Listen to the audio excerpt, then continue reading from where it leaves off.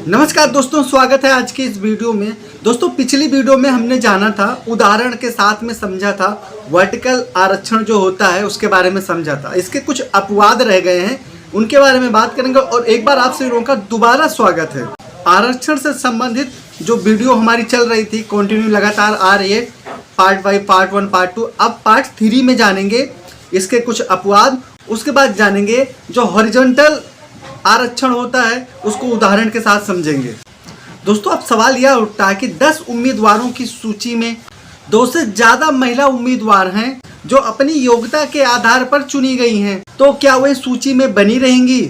दोस्तों supreme court ने जवाब दिया कि वे सभी अपनी सूची में बनी रहेंगी और इस आधार पर जो अतिरिक्त महिला उम्मीदवार हैं उनको हटाने का कोई सवाल नहीं उठता है।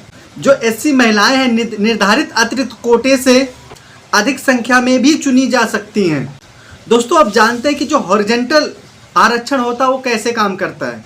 जैसा कि आगे वीडियो में बताया गया है कि जो हॉरिजॉन्टल आरक्षण होता है उसके जो मुख्य लाभार्थी होते हैं महिलाएं, दिव्यांग और ट्रांसजेंडर समुदाय, बुजुर्ग आदि हैं, जहां कुल सीटों में से एक निश्चित संख्या में सीटें उनके लिए आरक्षित हैं। हॉरिजॉन्टल आरक्षण में विभिन्न वर्गों के बीच में किसी भी तरह का कोई विभाजन नहीं होता है, बल्कि विशेष श्रेणी से चुने गए उम्मीदवारों को उनके वर्ग में रखा जाएगा। यानी कि वह अगर अनुसूचित श्रेणी से संबंधित है तो उसे आवश्यक समायोजन करके उसे उसी श्रेणी में रखा जाएगा, और अगर वह खुली श्रेणी से संबंधित है तो खुली श्रेणी में आवश्यक समायोजन किया जाएगा। दोस्तों अब राजस्थान हाई कोर्ट के एक महत्वपूर्ण फैसले पर डिस्कस करेंगे।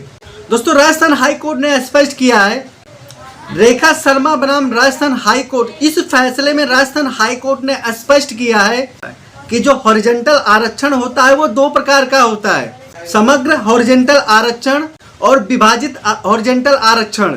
ये 2 तरह के आरक्षण की व्याख्या की गई है राजस्थान हाई कोर्ट द्वारा रेखा शर्मा के केस में।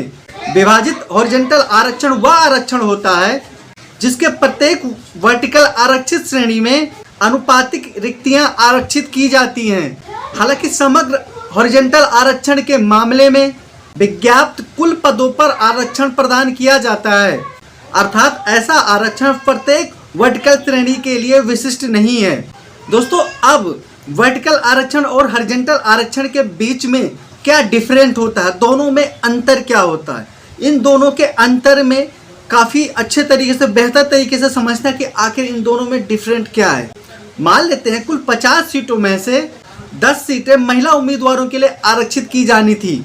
अगर 10 सीटों को अलग अलग वर्गों में विभाजित किया जाता है, जैसा कि 4 SC, 4 ST और 2 OBC के लिए सीट निर्धारित की जाती है, ऐसी व्यवस्थाओं को विभाजित हॉरिजॉन्टल कहा जाता है।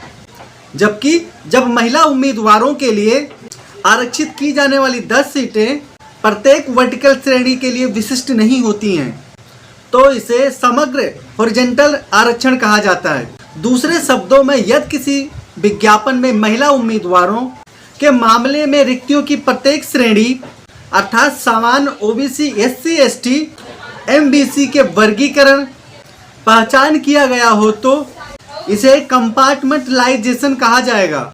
जबकि रिक्तियां बेंचमार्क विकलांगता वाले व्यक्तियों के लिए आरक्षित हैं तो इसे समग्र आरक्षण कहा जाएगा। आशा करता हूँ यहाँ तक वीडियो आप लोगों को बहुत अच्छी लगी होगी। बाकी आरक्षण से संबंधित मेरी पिछली 2 एपिसोड आ चुके हैं, 2 पार्ट आ चुके हैं, ये तीसरा पार्ट है।